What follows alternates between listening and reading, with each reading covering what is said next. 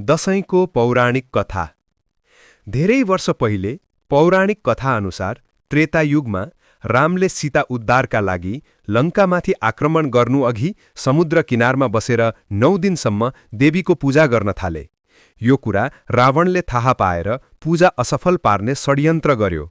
उनले पनि देवीको मन्त्र जप गर्न थाले, तर हनुमानले चलाखी गरेर मन्त्र बिगारिदिए, जसले गर्दा देवी रावणमाथि रुष्ट भइन्।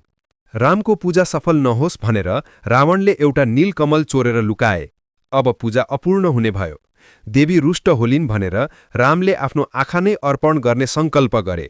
आँखा निकाल्नै लाग्दा देवी प्रकट भई रोकिन् र रामको त्याग देखेर प्रसन्न हुँदै विजयको आशीर्वाद दिइन्। नवमीको पूजा सकिएपछि दशमीका दिन रामले लङ्कामाथि आक्रमण गरेर विजय प्राप्त गरे। त्यसै दिनदेखि असत्यमाथि सत्य र अधर्ममाथि धर्मको विजयको प्रतीकका रूपमा दशैं मनाउन थालियो भन्ने मान्यता छ।